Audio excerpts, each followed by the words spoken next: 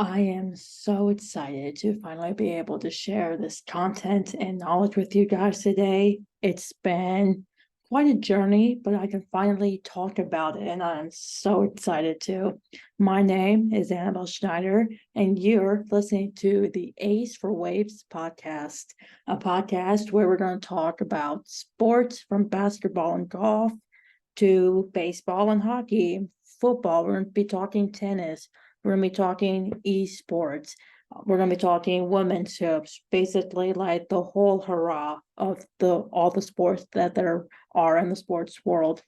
But we're also going to be diving into topics that don't get a lot of media attention, but are relatively important to the collective world of sports, from fan culture, pop culture, you name it. And if you're a sports fan of any sport or are big into pop culture, you'll want to listen up because this is going to be a good one. But to give some background on myself before we get into the content I have planned for today, I am a journalism student up at the University of Northern Iowa, and I'm getting my minor in public relations. My emphasis within the major that I've chosen is sports journalism and sports PR in whatever form that may entail after graduation. Journalism is a great source for information and how you get your news and entertainment, but with all news, it's not necessarily all true at times. You'll have to find out more about that, and we'll talk more about that, as well as addressing the specific narrative that surrounding sports and the media combined as a whole. We live in a really media dominated world now, and with all the technology we have, the more we expand it, it's only going to continue to grow, and we'll probably currently create new media tools to use down the line in whatever form or capacity that we choose. But media aside, we're going to be talking a lot about media in upcoming episodes. But to put that aside for a second, today's episode is focusing on a golf tournament that's coming up where certain players have drawn attention to themselves and what the media is saying about that, as well as a conference in college basketball that has surprised a lot of people, but why you really shouldn't be surprised at all when you look at the overall rankings of the teams. Let's get into it. If you aren't familiar with golf as a whole, don't be embarrassed. Golf is a sport that I self-admittedly did not know a lot about until my two brothers became interested in the sport and got more involved. If you don't like golf or watch it, even if you haven't, chances are that you've heard of a few famous golfers over time. To name a few, Tiger Woods, Jack Nicklaus, Arnold Palmer, Phil Mickelson. It's really a mental sport because at the professional and like competitive level, you're playing by yourself and there's no team for you to rely on, like specifically outside of obviously competing on a high school or a college team. But mentally, golf is one of the hardest sports there is out there because golfers can probably testify to that. And physically, you have to be in decent shape to like swing your golf clubs and be able to walk all 18 holes when necessary. There's like 18-hole golf courses out there. There's also just 9-hole golf courses out there, but it's really a lot of walking. My mother could probably also testify to the fact that when you walk like 18 holes, and depending on how long like the overall tournament takes, you could be outdoors for like 5-6 hours at like the least at times. So you're really getting a lot of exercise in. I think golf is a great sport where you can get the exercise. There's obviously golf carts available at certain golf courses if you choose to use them. I know some golfers might prefer to drive in a golf cart, but if you want some exercise and you like walking, walk like nine holes of a golf course, or if you're filling up to it, walk 18 holes. I think it's a great way to relieve some stress too when you can get out in nature and just clear your mind of stuff for a little bit, even if you are just a spectator. For players, that's obviously a lot different. You're having to walk to the next tee in the next hole while thinking about the shot that you want to hit. you really can't get too caught up in a bad golf shot, because right when you step up to the next tee, it's boom, next tee, let's get some free motivation. Let's try to do better than the last. But there's many golf tournaments over the year on the PGA Tour, which is the tour that I'm specifically going to talk about today. And it's the tour is probably one of the most recognizable for either golf fans or just onlookers in general. There's other golf tours out there, like I mentioned, that will be talked about down the road, but the golf tournament happening this week is on the PGA Tour and is the Waste Management Phoenix Open. It is located just outside Scottsdale, Arizona, and about 30 minutes away from Phoenix. The Waste Management Open will start tomorrow, which for me right now, today's Wednesday, tomorrow will be Thursday, or whenever you're listening to it, tomorrow could be today, so forth. And it's going to conclude on Sunday with a winner that will be crowned. The reigning champion, Scotty Scheffler, is back to defend his throne and looks to join only Arnold Palmer as a three-peat champion, winning in 2022 and 2023, respectively. Scotty, what's at stake for this tournament? Scotty is obviously a clear favorite to win after winning back-to-back years already, but there is another golfer who's playing in the tournament who has won back-to-back years in 2016 and 2017, and that is Hideki Matsuyama. Hideki is also looking to become a three-time winner at the Phoenix Open, joining a select group of Phil Mickelson, Mark Calvecchia, Gene Littler, and Arnold Palmer as the only people to win three times. I think Hideki is a great golfer. He's also a Masters champion, won in 2020 or 2021, I believe, but he's a fantastic golfer. I know you golf fans probably haven't heard his name much, but he is one of the better golfers out on the tour, and a win at the Phoenix Open and the Masters can obviously concede to that. There are some pretty well-known golfers playing in this tournament, and I think it's a pretty even playing field. You have guys like Jordan Spieth, Ricky Fowler, Max Homa, Justin Thomas, Minwoo Lee, Sam Burns, Cameron Young, Wyndham Clark, Sun J.M. Those are some well-known PGA Tour golfers who all have PGA Tour wins under their belt, or just wins on other tours under their belt. And they'll be joining some of the other golfers like Sam Stevens, Tom Detry, Nick Taylor, Luke Liss, Gary Woodland, Keith Mitchell, Billy Horschel, and many more. I believe there's about 132 golfers who'd like tried out for it, but it's a big playing field. I think round one, they'll be in groups of three. So there'll be three people within a group, and then they have certain tee times where they'll tee off and start playing the holes. And that begins around 8 a.m. My time. I'm really excited to follow along with this tournament. I believe this will be a great tournament for all golfers, regardless of like your expertise and whatnot. And it's a fun tournament to watch. I did like a little special, I did a project with one of my brothers who's a big golf fan and knows the game of golf because he plays it. And he did mention that the Phoenix Open is one of the funnest tournaments to watch, but it's also really competitive. You will see guys, like well-known guys who have had multiple wins underneath their belt will come to this tournament, and you'll never know what to expect.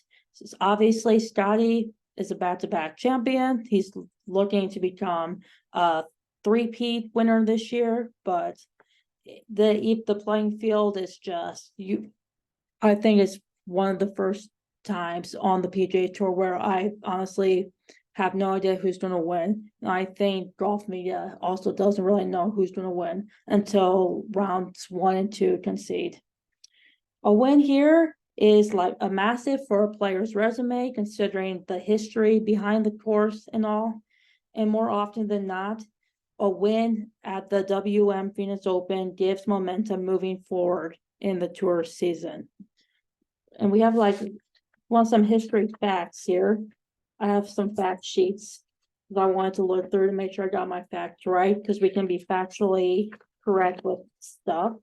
And it's also why I'm looking down from my computer recording here. And obviously, if you're listening on the Spotify, then you can just hear my audio.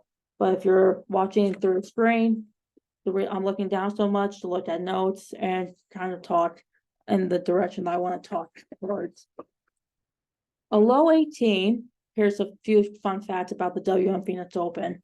A low 18 has 4 players who have shot 60. Phil Mickelson in 2013, Phil Mickelson in 2005, Mark Calavecchia in 2001, and Grant Waite in 1996. Jordan Spieth and Wyndham Clark both shot 61 in 2021 and 2020 respectively. There's the most strokes under par for 72 holes belongs to Phil Mickelson in 2013 and Mark Calavecchia in 2001, all at 28. The most birdies in 72 holes, again, Mark Calavecchia with 32 in 2001 and 29 in 2013 for Phil Mickelson. The most consecutive birdies at TPC, which is TPC Scottsdale, the course that they are playing the tournament at, is 7 by JJ Henry in 2006. Then Justin Thomas has 6 in 2018. The lowest first round is a 60 by Phil Mickelson in 2013, and the Wyndham Clark shot 61 in 2020, which for those who don't know, Wyndham is also coming off of a record-breaking lowest round at the last PGA tournament, which was really impressive for him. The lowest fourth round by a winner is a 63 by Vijay Singh in 2003.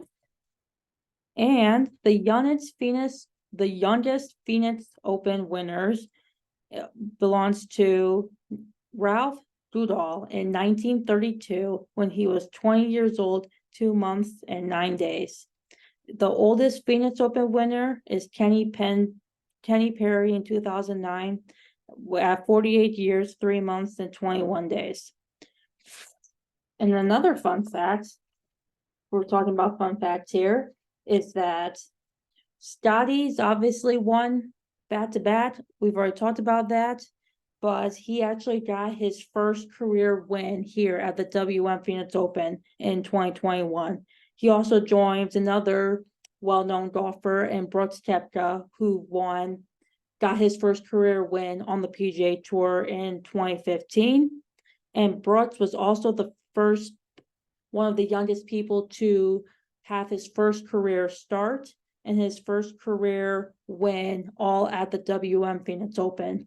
Brooks is also, I believe, a 2-time winner here as well, and has finished well within the top 5 in the tournaments he has competed in.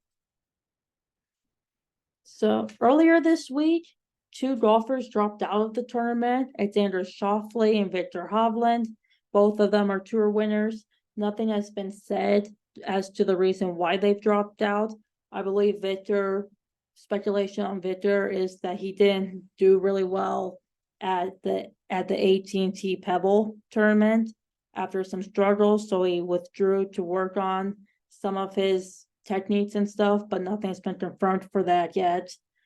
There's also a lot of speculation that 2 of these players are going to LIV Golf very soon, and LIV is a topic that will be brought up when I talk about golf on the podcast in later episodes, but there's so much politics and money that surround it that we won't get into much to that today, because I also feel like it's not really my place to talk about LIV in a negative matter when I don't even know the ins and outs of the whole organization. So I want to be fair. I want to do it justice. So I can't really speak much about it until I obviously look more into it. I can present to you guys with some more facts and data.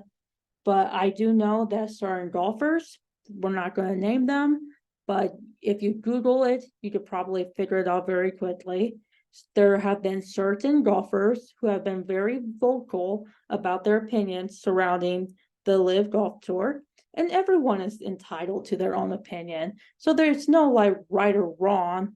reason. If you believe live is one thing and another person believes lives is the opposite thing, everyone has their opinions and you can't really like sway them to change it. But I can't make a firm guess as to if Victor and Xander will go to live like permanently, but it is something to keep an eye out for in later weeks.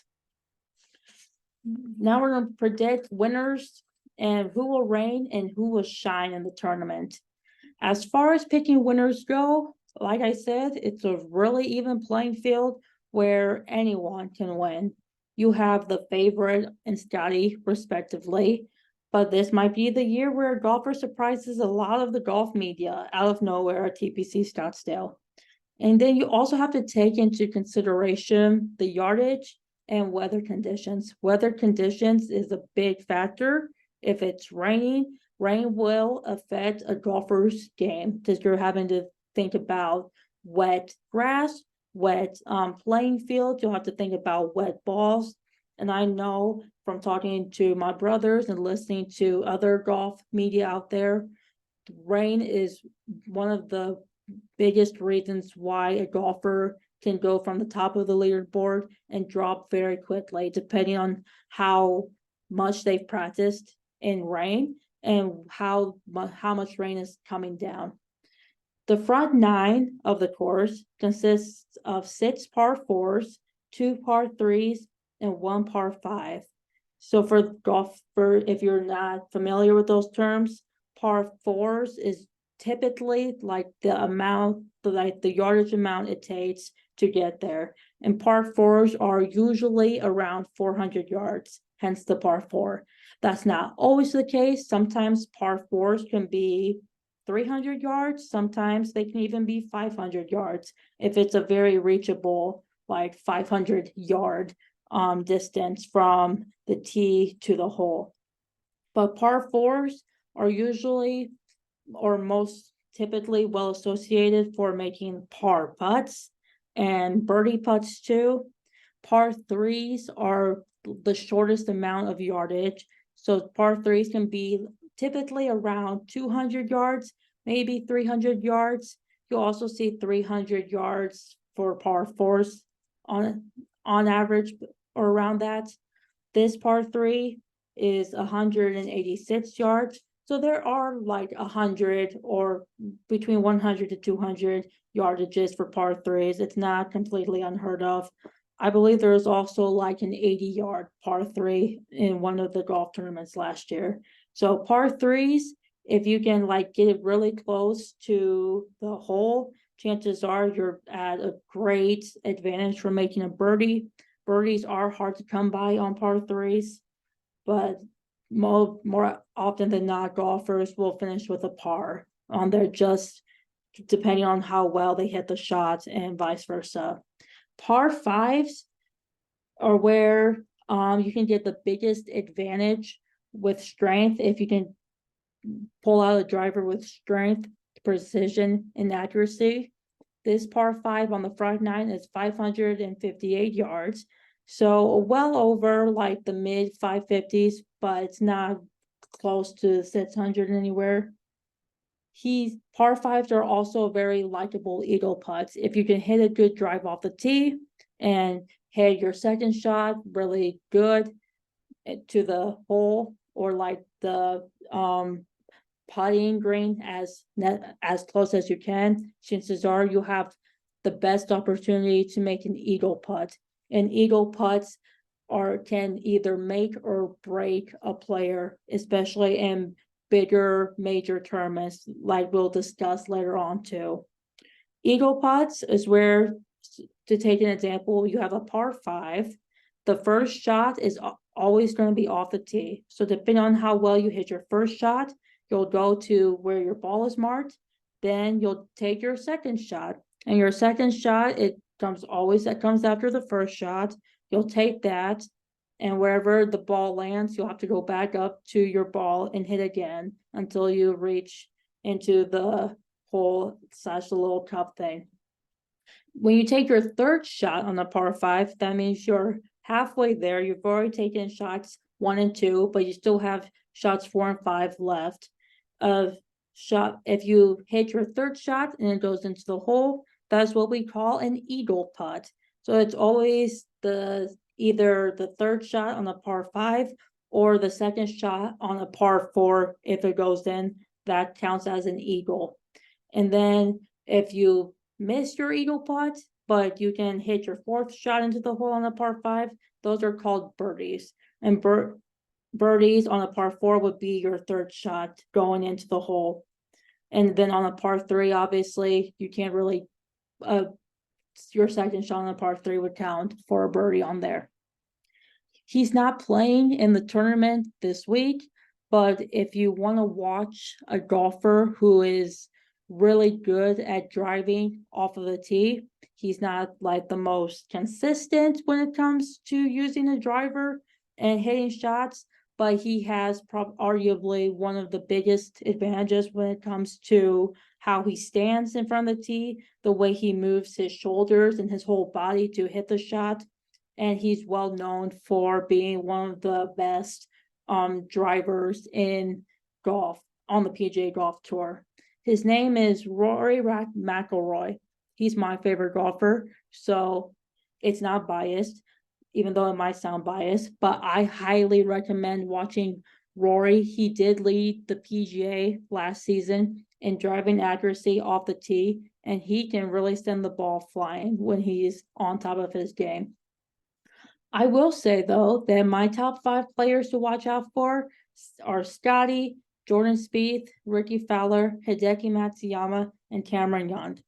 Jordan really didn't have a great tour season last year, barely squeezed into the top 50 of the FedEx Cups at the end of the season, but I really want to see him kind of rebound from that and win tournaments that I know he's capable of winning. Same with Justin Thomas. JT was kind of in the same position as Jordan was last year. Didn't have the best tour season, missed out by 1 spot on the FedEx Cup standings. They did both go to the Ryder Cup together. Didn't really perform as well as people were expecting them to. But this is really kind of a rebounding season for both Jordan and Justin. My top 2 contenders, aside from just Scotty, would be Ricky Fowler and Hideki, because they've both won this tournament. Hideki in 2016 and 2017, and then Ricky won in 2019. But they also probably have the most experience out of some of these other golfers who are playing out there. They both know the course. TPC Scottsdale has been the place for the Waste Management Open for the last 30 years or so. So with all that experience, with the amount of times that they've been here, the amount of times that they've finished either in the top 10 or have won, I'm fully expecting them to go out and have some great performances. Just like I said, Hideki is a really fantastic golfer, and Ricky can really come out of nowhere and surprise a lot of people. And I hope that happens.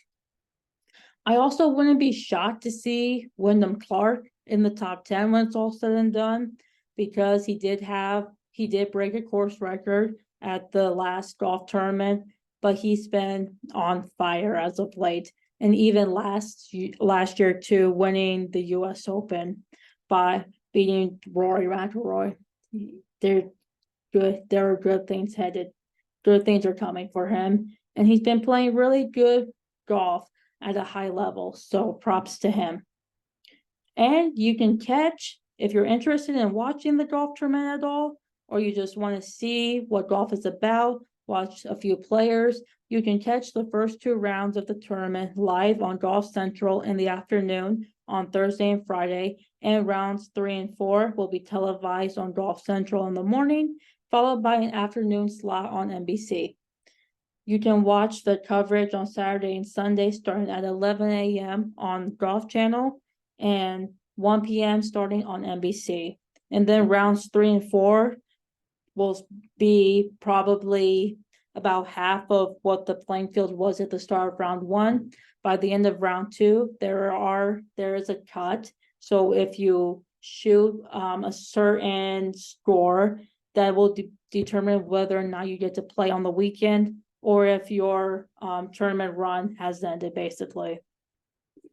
I would say it is kind of a hard course, but if I were to like take a guess, I would say like the cut in my head would probably be 1 or 2 over. Obviously, that could be very far off or very close, but if you don't hit like the certain score to move forward, then you are cut, which means you're basically just done. And then all the other golfers who have made the cut will continue to play on for the ultimate prize of being crowned the champion and getting some money. Just money is also a really big part of golf, whether we like to think of that or not. So I'm excited to watch the golf tournament. I'll be following along. I think it's going to be a really great experience for like the newcomers who are making their first career starts here. Obviously, for some veterans, it's a very familiar course. So we'll just see how that goes. We're going to take a quick break here, and we'll be right back. All right. Welcome back to the Ace for Waves podcast. We just got done covering kind of the Waste Management Open, the Waste Management Phoenix Open, if you will, however you like to refer to it as. But we're going to step away from golf for a moment here, and we're going to talk college basketball. Men's college basketball within the last couple of years has really been all over the place, with teams either leaving the conference, new teams joining the conference, major upsets, player involvement, you name it. Everything's happened, I feel like, in men's college basketball. There is a big tournament coming up next month where the teams who have won a certain amount of games throughout the regular season will go face off against one another for the ultimate title. And this, ladies and gentlemen, is known as the phenomena of college basketball, or a more familiar term, March Madness. We will have a lot to talk about that in the upcoming month or so as the date gets closer. But if you pay attention to college hoops, but more specifically men, you'll note there's a certain conference that has a reputation for being one of the toughest conferences in the nation. It's hard to get easy wins no matter what team you are playing for. And for the first time in recent memory, honestly, there's no way of telling who's going to come out first, out on top at the end of the regular season. And I'm talking about the conference known as the Big 12 Conference. So, what are some of the teams in the Big 12 Conference? There are 14 teams currently. 2 teams are leaving next year for the SEC, Oklahoma and Texas. But this year, 4 new teams joined. We have Houston, BYU, UCF, and Cincinnati. The rest of the teams in the conference include Kansas, Kansas State, Oklahoma State, Baylor, West Virginia, Texas Tech, Iowa State, and TCU. And out of all those 14 teams in the AP Top 25 right now, Kansas is ranked 4th in the entire nation. Houston is ranked 5th. Baylor is ranked 13th. Iowa State is ranked 14th. BYU is ranked 21st. And Texas Tech is ranked 23rd. So that is 7 teams in the top 25 who are ranked. Oklahoma and TCU are the only 2 teams out of the 25 ranked teams currently to drop out of the rankings this week completely after losing the previous week. So you might be asking me, Annabelle, what makes the Big 12 conference so, unique, or why do you talk about it at a really high level? Well, allow me to demonstrate this for you guys. You can't see it if you're listening from the audio on Spotify, but if you can see it through my screen, I just pulled up the Men's College Basketball Power Index, otherwise known as College BPI. The BPI of the teams really determines like the strength of schedule that the teams have played and how they ranked offensively and defensively. Do you know the number one team in BPI this week is the Houston Cougars with a basketball power index of 22.2. The next team, Purdue, who ranks number 2, is at 19.6. So there's almost like there's like a 3-point differential nearly between number 1 and number 2. Offensively, Houston has an 8.8 ranking, and defensively, they have a 13.4. And then if we're going off numbers, Purdue offensively has a 12.5 rank, and defensively, they have a 7.1. Iowa State is 8th in BPI with 16.1 ranking. Offensively, they have a 7.0, and defensively is a 9.2. Kansas is ranked 14th with a BPI of exactly 14. BYU is ranked 15th with a BPI of 13.9. Baylor is ranked 16th with a BPI of 13.8. So those are all teams in the top 20 as of right now. Oklahoma is ranked 24th with a BPI of 11.5. Texas is ranked 25th with a BPI of 11.4. TCU is ranked 27th with a BPI of 11.4 also. Cincinnati is 28th with a BPI of 11.1. And Texas Tech is 32nd with a BPI of 10.6. If we go down the line, and the UCF has a BPI of 8.2. Kansas State has a BPI of 8.1, which ranked 54th and 55th respectively. And West Virginia and Oklahoma State are in the higher 100s of BPI. So out of all those teams that we just mentioned, there are almost nine teams in the Big 12 alone who are in the top 30 of BPI. Houston's overall record as of right now is 20-3. And then Iowa State's record is 17-5 when we take the top 2 Big 12 teams in BPI at the moment.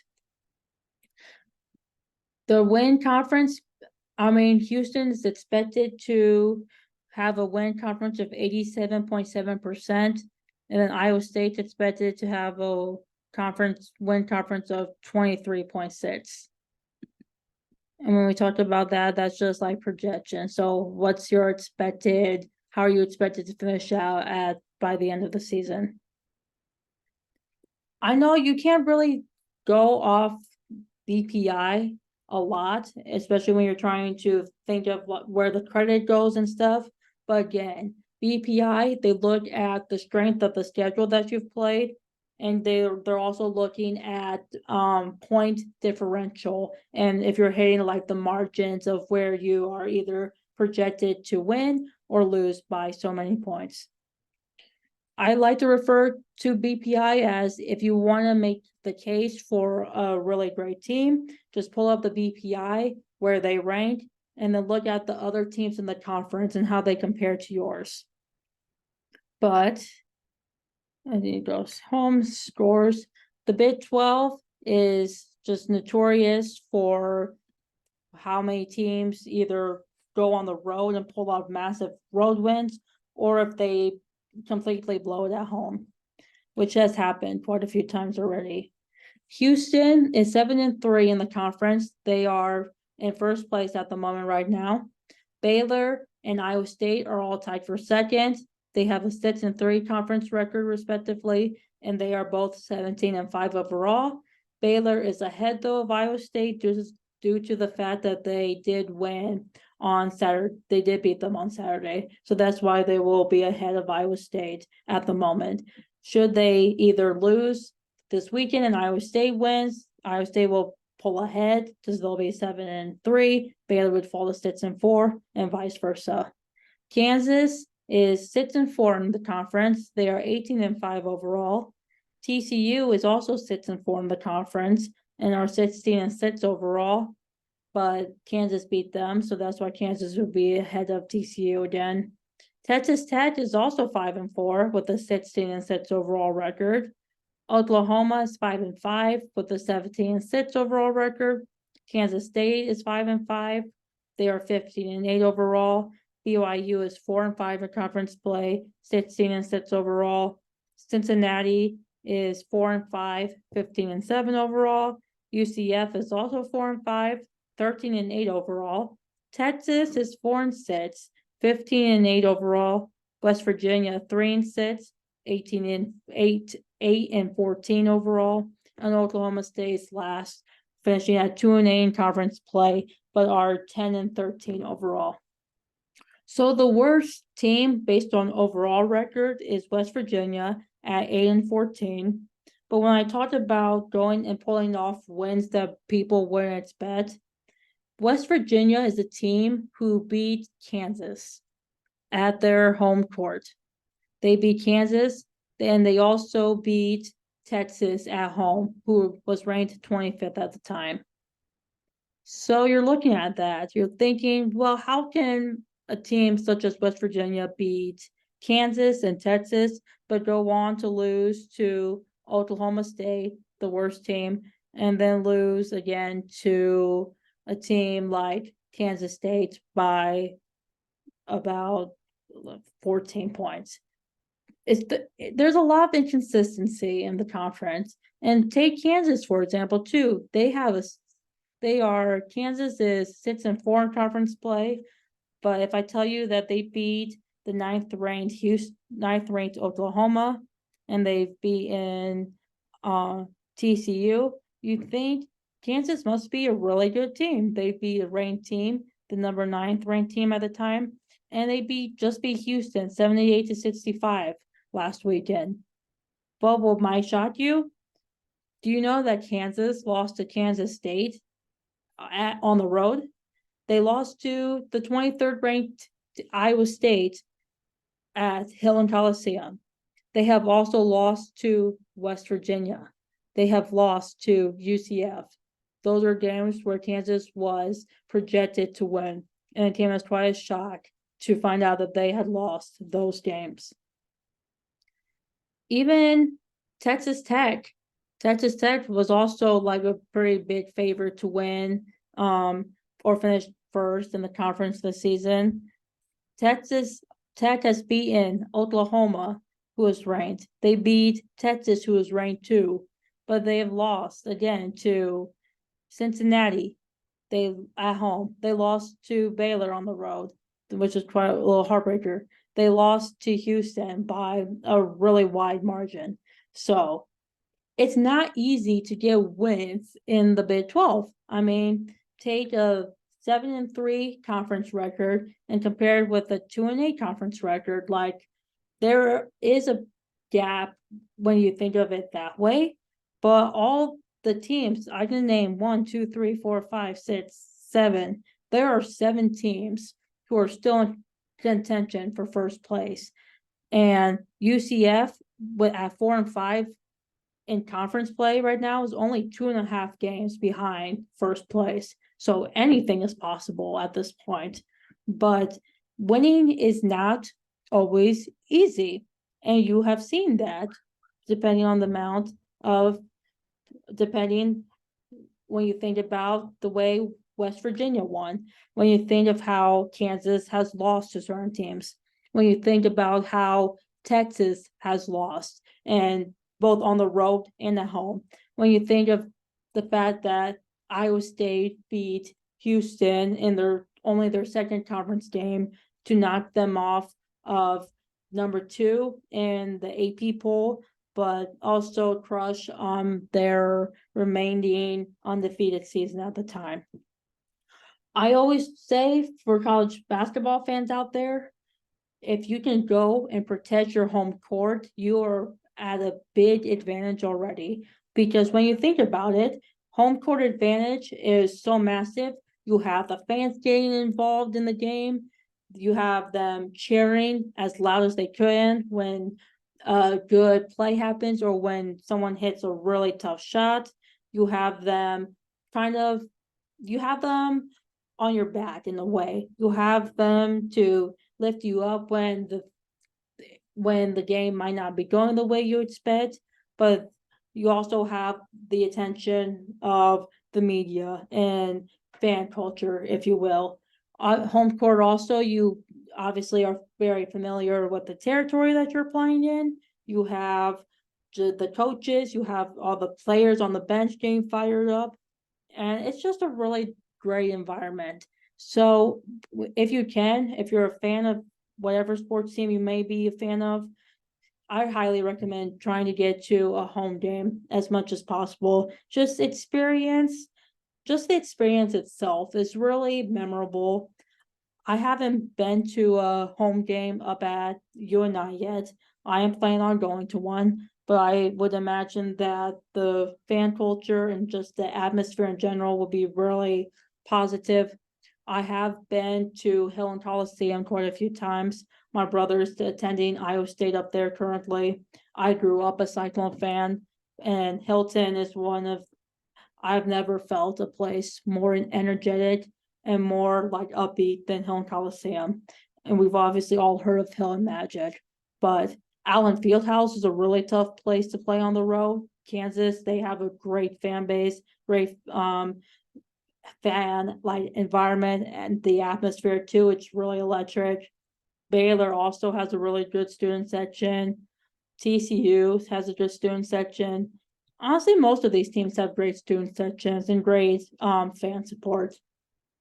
But on the road, I would say if you can protect your home court, that gives you a big advantage already.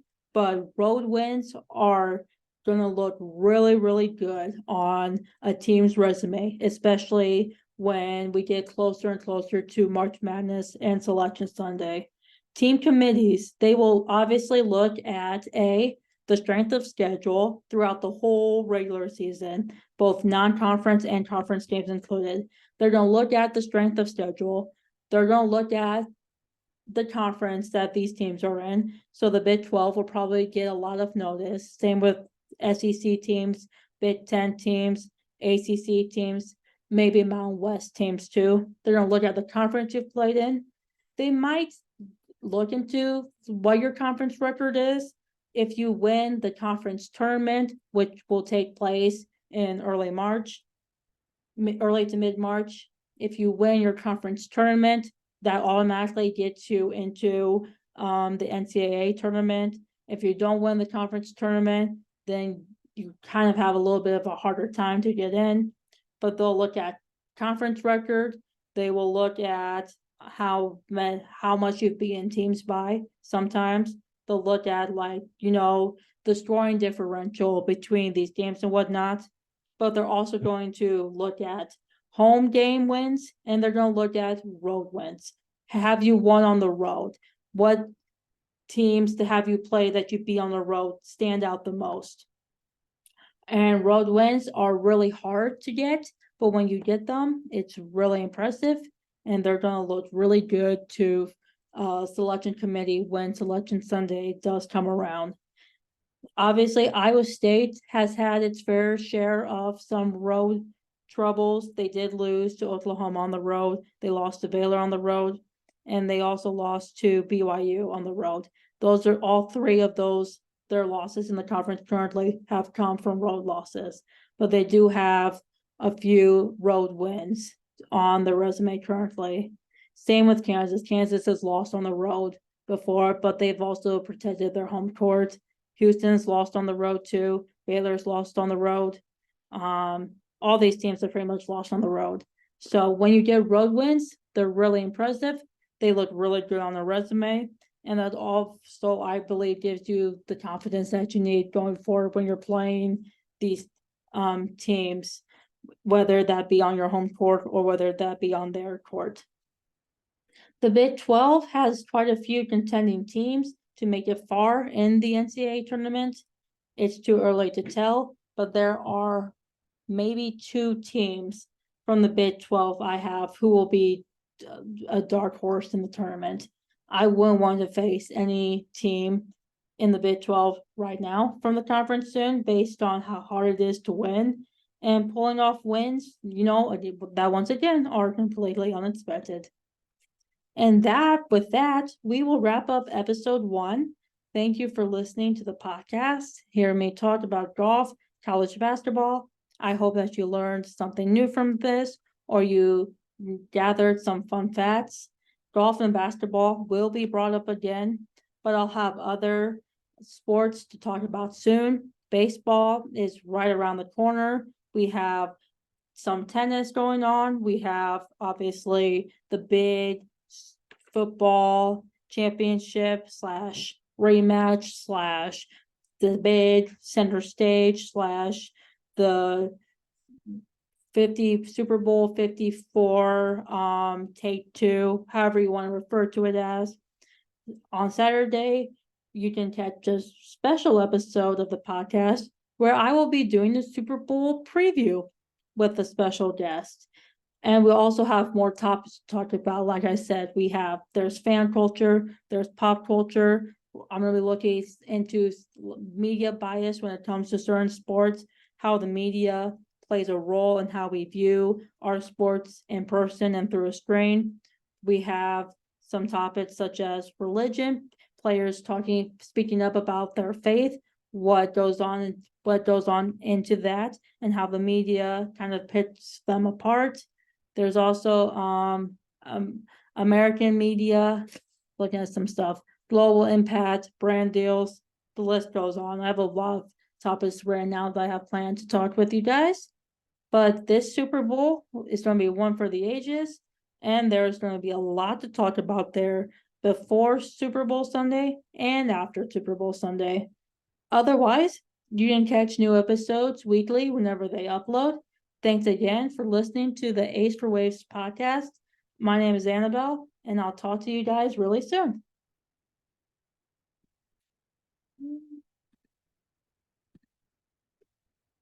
And this.